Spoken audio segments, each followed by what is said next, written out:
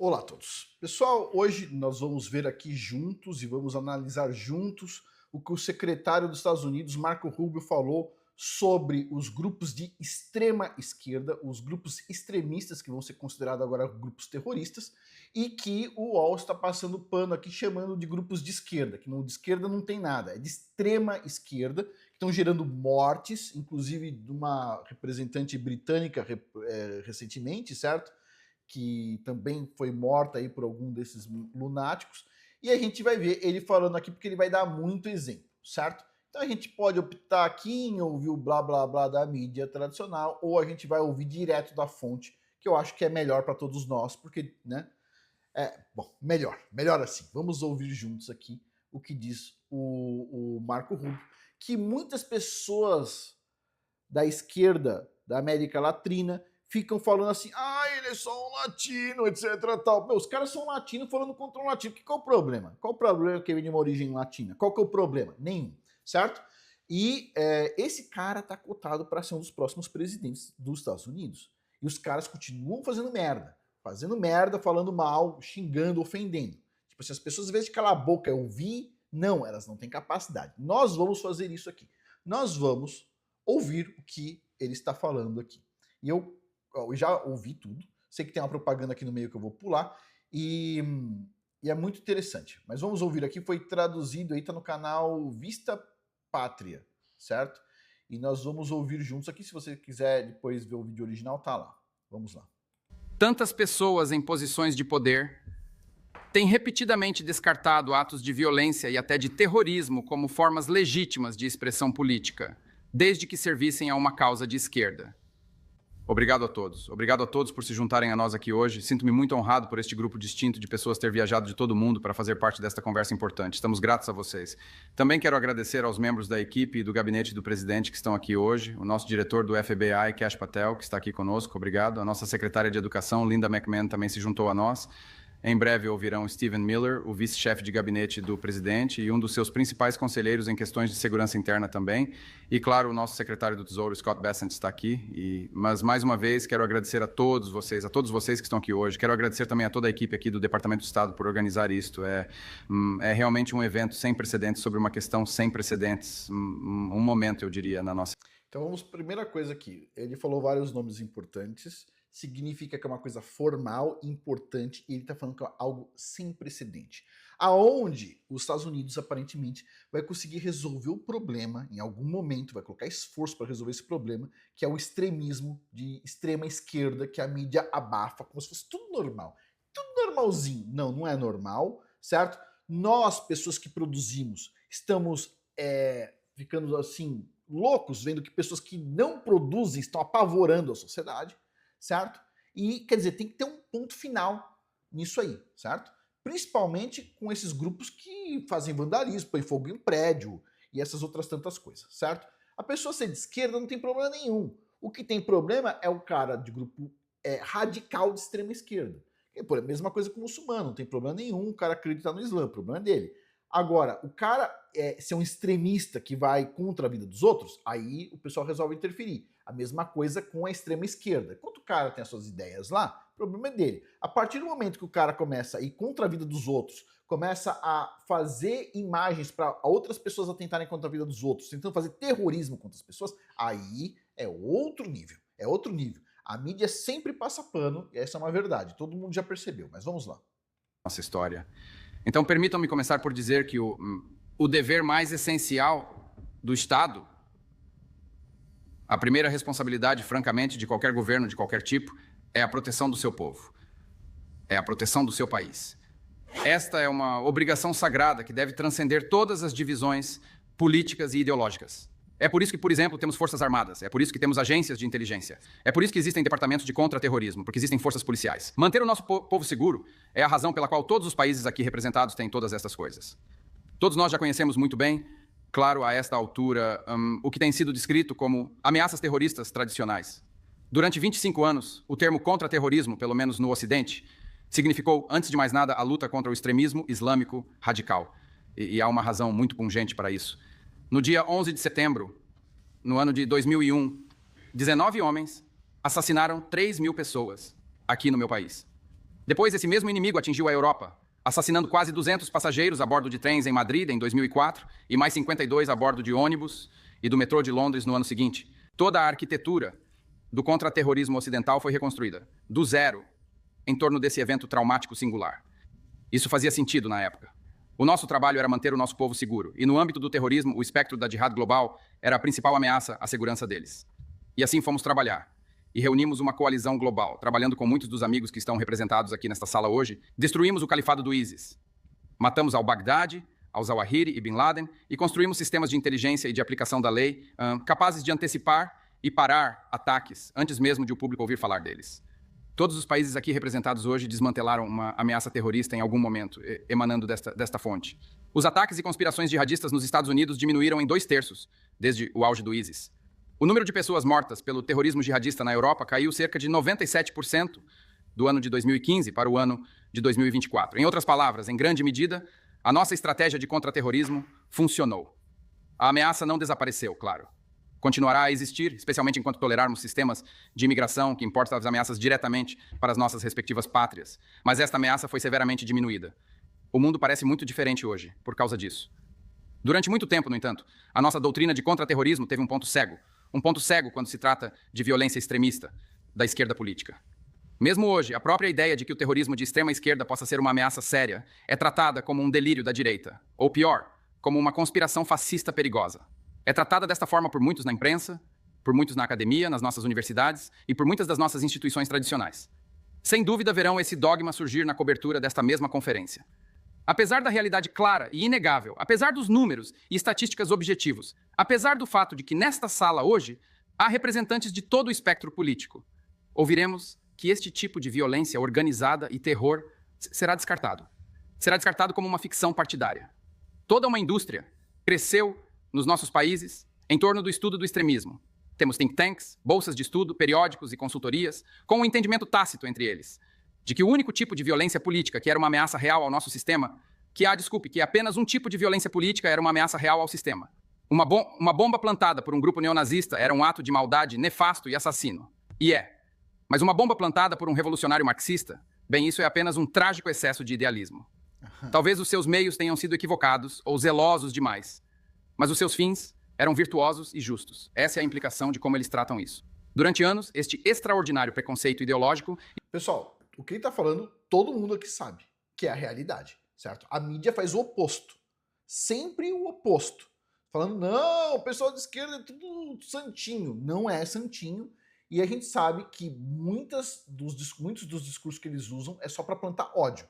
Principalmente contra o empresário, todo mundo sabe, certo? Mas vamos continuar aqui. Esteve embutido na forma como falávamos sobre violência política e extremismo. Foi repetidas vezes, até ser aceito como a base neutra e objetiva. Tão enraizado no consenso geral, que passou a ser considerado um fato apolítico.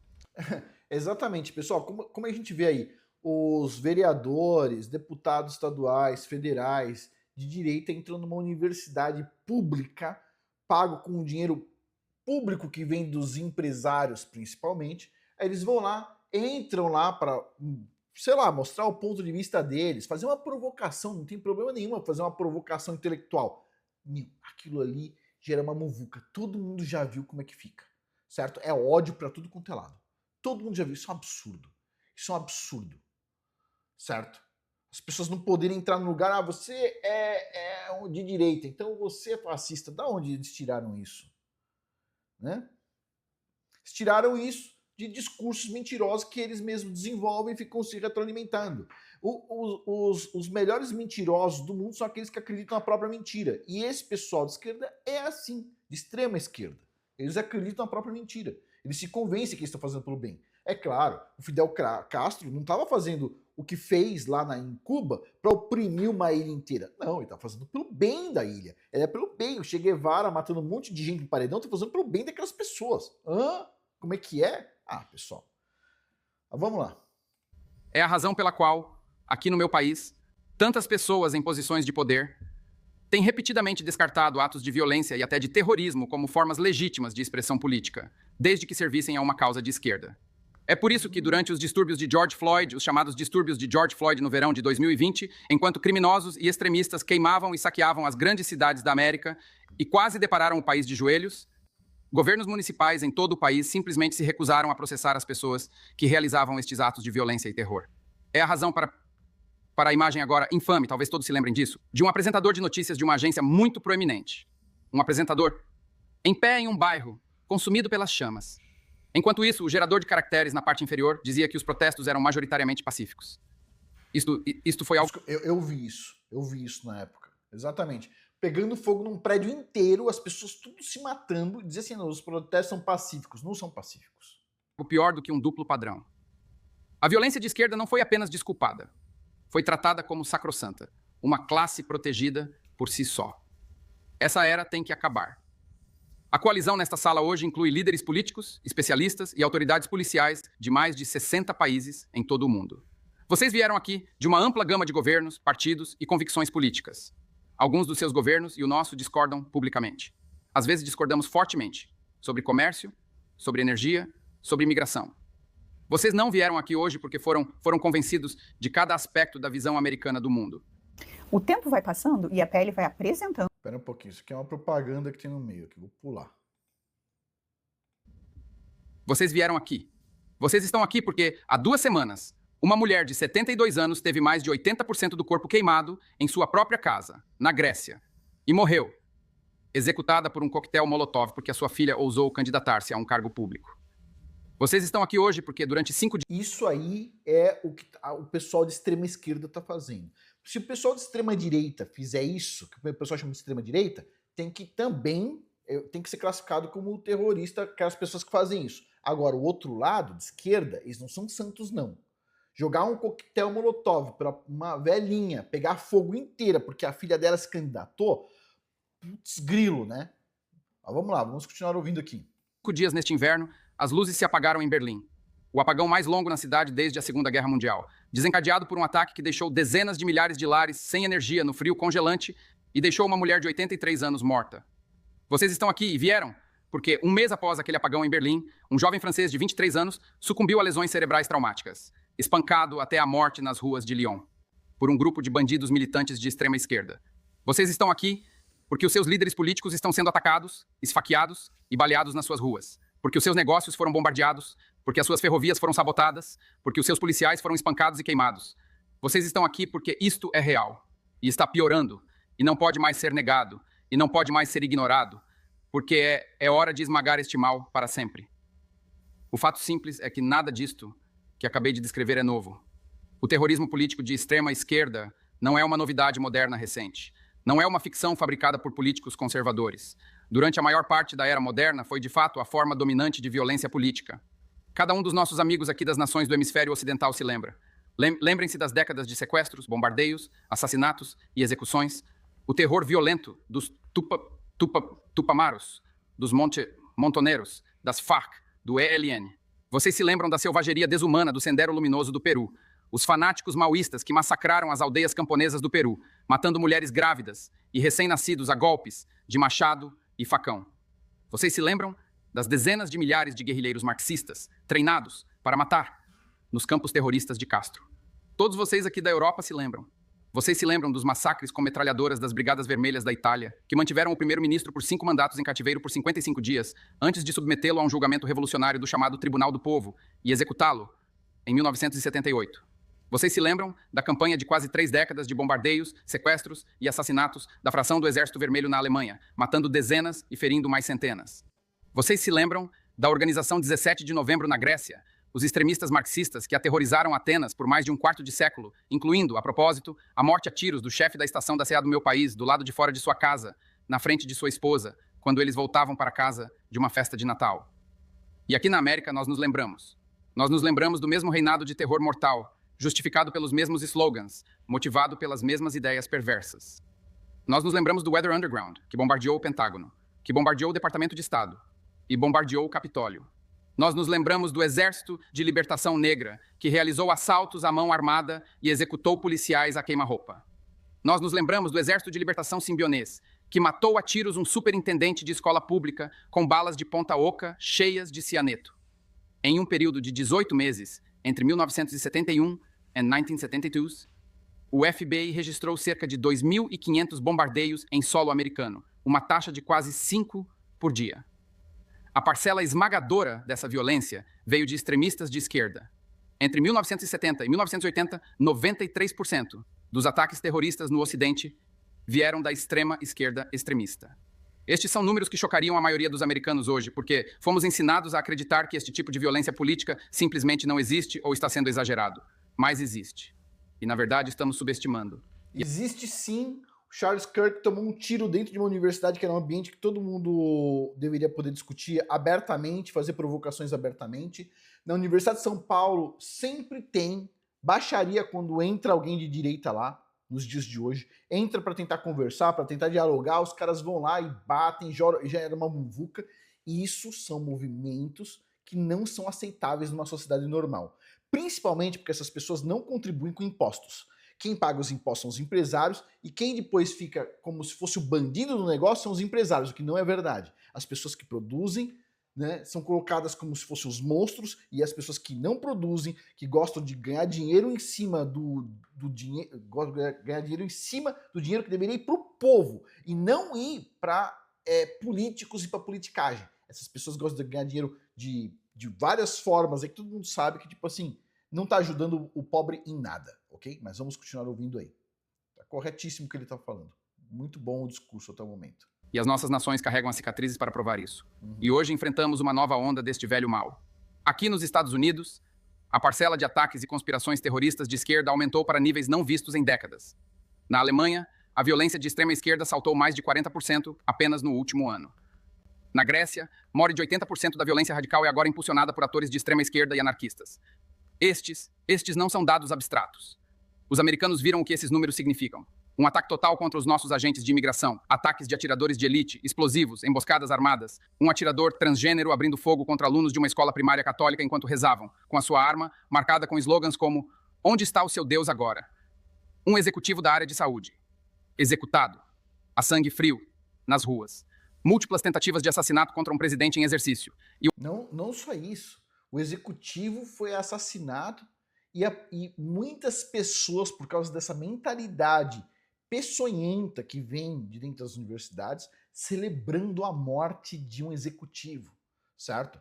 Um presidente dos Estados Unidos que sofreu vários ataques terríveis por conta de pessoas de extrema esquerda. E todo mundo fala, não, eles são santinhos. Não são santinhos. Não são santinhos, ok? Tá certíssimo. E o assassinato... Isso aqui é um combate cultural excelente que, pelo jeito, vai começar. Excelente. Do maior ativista conservador de uma geração. Um homem que, por acaso, também era marido e pai de 2 filhos pequenos, baleado e morto, enquanto falava para uma multidão de estudantes. Este é um mal distinto e único. Sempre foi impulsionado por um ódio. Acima de tudo, um ódio pela própria civilização. O mais interessante não é só classificar essas pessoas como terroristas. Não, porque elas vão ser condenadas de qualquer forma.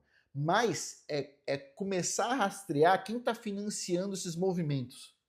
Pessoal, eu sou empresário. Eu não financio nem esquerda nem direita. Só quero ganhar meu dinheirinho, fazer minhas coisas, pagar meus funcionários, pagar meus fornecedores, entregar um bom produto e é isso, certo?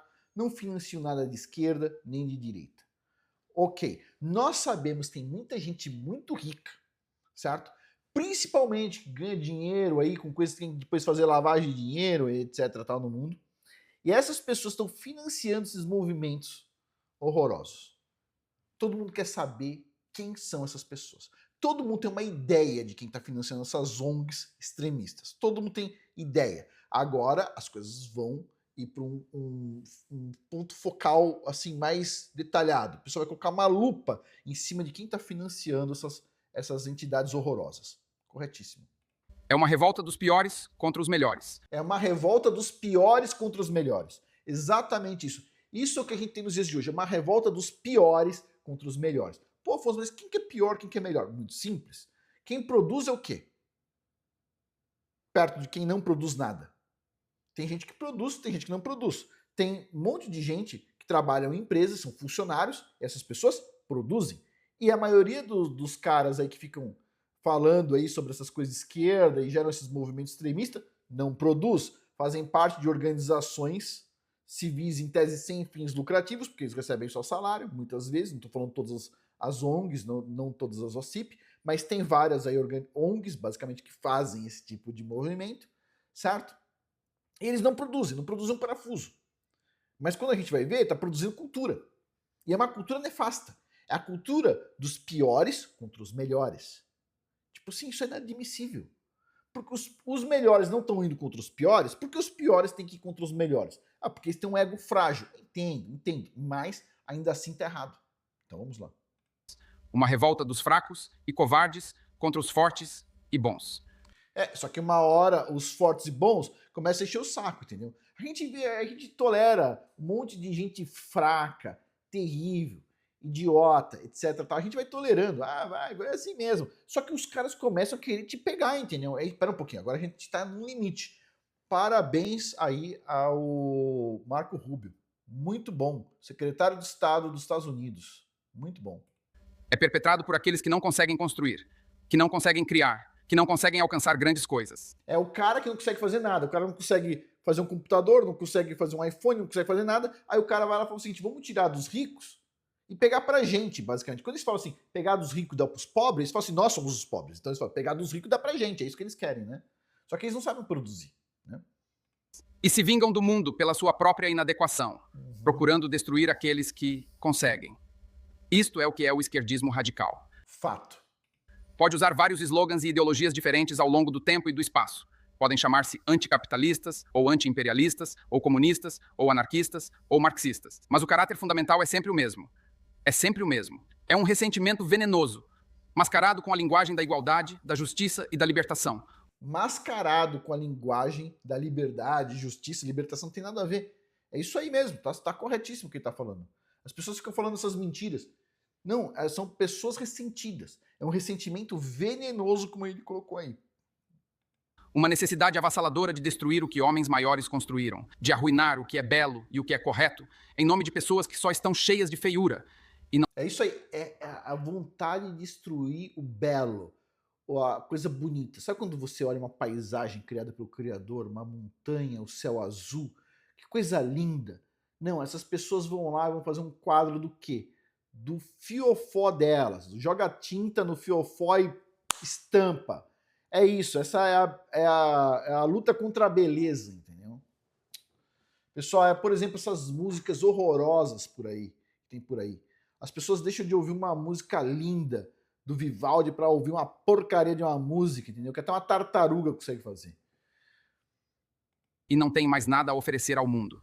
Através da violência e através do terror, eles procuram mais uma vez impor a sua feiura a todos nós. O antigo dogma estava errado. O antigo dogma estava errado. Nada disto é impulsionado pelo idealismo. Não é utópico.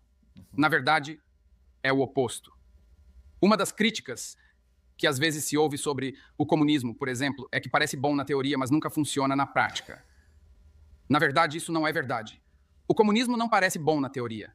O mundo que ele prevê para todos nós é pequeno, plano, cinzento, nivelado de qualquer exceção, esvaziado de tudo o que é bom e nobre na alma humana.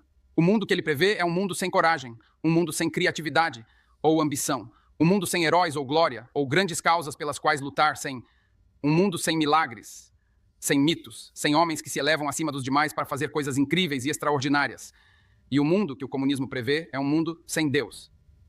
Para estes arquitetos da violência revolucionária, a grande conquista da nossa civilização, para eles, é uma humilhação insuportável, um lembrete do que eles não conseguem fazer e um lembrete do que eles não conseguem ser. Então eles escolhem, em vez disso, destruir. Eles atacam oleodutos, eles atacam ferrovias, eles atacam redes elétricas e laboratórios, os símbolos físicos e concretos do poder, da invenção e da conquista. Esta é a natureza do terrorismo que enfrentamos hoje. Eles desprezam o Ocidente, porque o Ocidente é grande. Esta é uma conferência internacional, porque estamos enfrentando uma ameaça internacional, estamos enfrentando uma ameaça transnacional. Estas não são células distintas e isoladas, são redes interconectadas. Eles não reconhecem as nossas fronteiras, eles não acreditam de fato no próprio Estado-nação. Eles se coordenam, se comunicam, viajam, treinam e agem juntos, compartilhando a mesma infraestrutura, compartilhando os mesmos inimigos, compartilhando a mesma missão. Militantes da Antifa e os seus camaradas viajam de toda a Europa e para as Américas para participar nos ataques uns dos outros, para canalizar propaganda, materiais de treinamento e informações sobre alvos através de canais criptografados compartilhados, movendo-se através de redes clandestinas de abrigos e financiamento e sustentando as suas operações através de fundos transnacionais. E trabalham ao lado de estados estrangeiros hostis que compartilham da sua missão, como as redes de procuradores iranianos do Iraque, que estão cada vez mais intimamente ligadas a grupos militantes de esquerda em todo o mundo. A vasta rede ideológica e de inteligência do regime cubano ajudou a construir a extrema-esquerda no nosso país e no nosso hemisfério. Deixa eu responder uma coisa para vocês aqui antes de a gente continuar assistindo, para não ficar muito monótono. Pessoal, o que tem de semelhança entre hoje, tá, o Islã e a esquerda? Porque vamos lá, cá entre nós. O Islã não gosta de homossexuais, mas os homossexuais de esquerda gostam do Islã. A gente não entende muito bem isso, às vezes não faz muito sentido, né? Então, quer dizer, o Islã não gosta de muita coisa no Ocidente. Muitas coisas de esquerda o Islã não gosta. E as pessoas de esquerda também não gostam de que, tipo assim, a mulher tenha que estar coberta. O pessoal de esquerda gosta de mostrar a bunda, né? Não gosta que a mulher esteja coberta, não gosta de determinadas coisas que estão na cultura do Islã. Então, pera um pouquinho, se eles são tão diferentes, por que eles andam juntos? É uma pergunta. E eu vou responder aqui, isso tem uma coisa em comum, certo? Que é tentar remover o seu poder de decisão.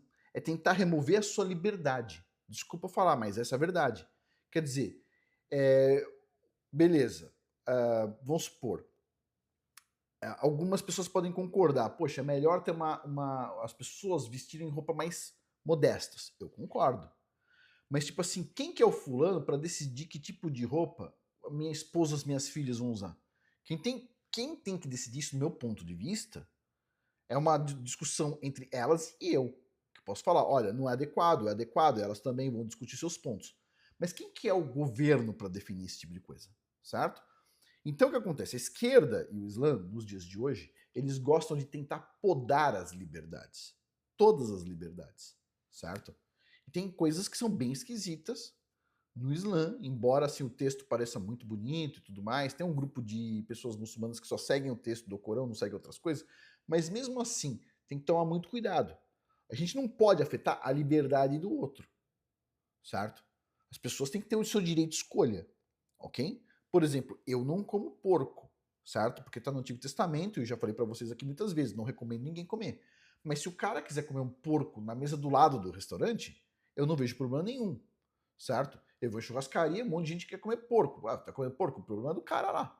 Eu não vou comer porco, ponto. Eu tenho o meu direito e o cara tem o direito dele. Não é isso? Um tem que respeitar o outro. No Islã, por exemplo, você vai num país muçulmano, você não consegue beber álcool. Se eu quiser tomar uma cervejinha no meio daquele deserto, eu não posso. Porque eu não posso por quê? Ah, porque alguém decidiu para você. Ai, fica difícil, entendeu? Mas beleza, vamos continuar ouvindo aqui, certo? E continua intrinsecamente ligado aos grupos e movimentos de extrema esquerda em todo o Ocidente e além dele. Isso aqui tá falando de Cuba, né? Mas deixa eu falar uma outra coisa aqui. Pessoal, liberdade, ela é importante e o governo ele tem que ajudar a manter a liberdade das pessoas, ok? Quem não quiser se vestir de um jeito, não se vista. Quem quiser se vestir do outro, se vista. Quem quiser comer uma coisa, come. Quem não quiser comer, não come. Mas as pessoas não devem tirar as liberdades básicas, ok? Deixa eu ouvir de novo esse pedacinho aqui do regime cubano, né, que o Lula tanto gosta. Deixa eu dar uma olhadinha aqui. Que compartilham da sua missão, como as redes de procuradores iranianos do Iraque, que estão cada vez mais intimamente ligadas a grupos militantes de esquerda em todo o mundo. A vasta rede ideológica e de inteligência do regime cubano ajudou a construir a extrema esquerda no nosso país e no nosso hemisfério, e continua intrinsecamente ligada aos grupos e movimentos de extrema esquerda em todo o Ocidente e além dele. Os terroristas de extrema esquerda de hoje podem arrecadar dinheiro em um país. Eles podem hospedar as suas comunicações em um segundo país, podem receber treinamento em um terceiro país, podem recrutar militantes em um quarto país e depois, juntos, atacar um alvo em um quinto país. E assim não temos escolha se não confrontar esta ameaça juntos. Ou cooperamos além das nossas fronteiras, ou os terroristas continuarão a explorar as lacunas entre elas. Sob o presidente Trump, pela primeira vez, os Estados Unidos estão construindo a infraestrutura, a parceria e a estratégia para derrotar o flagelo do terror de extrema esquerda. O presidente assinou o Memorando Presidencial de Segurança Nacional número 7, delineando uma estratégia abrangente para investigar e desmantelar as redes de terror da Antifa e os seus aliados. No último mês de novembro, o Departamento de Estado designou 4 grupos extremistas violentos de extrema esquerda como organizações terroristas estrangeiras, e haverá mais designações em breve. Em dezembro, anunciamos o Rewards for Justice, oferecendo até 10 milhões de dólares por informações que desmantelem o financiamento por trás destes grupos. Em maio, realizamos o primeiro workshop de aplicação da lei de contra-terrorismo, reunindo autoridades policiais americanas e os seus homólogos nas nossas nações parceiras, para mapear e desenvolver estratégias para desmantelar estas redes. O próximo workshop será co-organizado com os nossos parceiros na Alemanha. A coalizão que estamos construindo juntos já está dando frutos. E estamos aqui hoje para dar continuidade a esse trabalho. Nós podemos e nós devemos identificar e mapear esta ameaça e reconstruir a nossa arquitetura de contra-terrorismo para derrotá-la, assim como já fizemos juntos antes. Agora devemos fazer isso juntos novamente, através do compartilhamento de inteligência e informações, através de uma estratégia coordenada de aplicação da lei, através do direcionamento e desmantelamento financeiro. Nós vamos desmantelar estas redes tijolo por tijolo. É hora de as pessoas do mundo civilizado nos defendermos, de nos mantermos unidos contra esta escuridão que se aproxima e lutar pelo que é nosso. É fácil destruir grandes coisas. É muito mais difícil criá-las. Os inimigos da civilização só são capazes do primeiro. Eles só são capazes de destruir grandes coisas. Tudo o que eles conhecem é a destruição. Mas nós construímos grandes coisas juntos. Nós fizemos isso repetidas vezes. Nós sabemos o que devemos fazer. E agora devemos fazê-lo. Obrigado por virem hoje.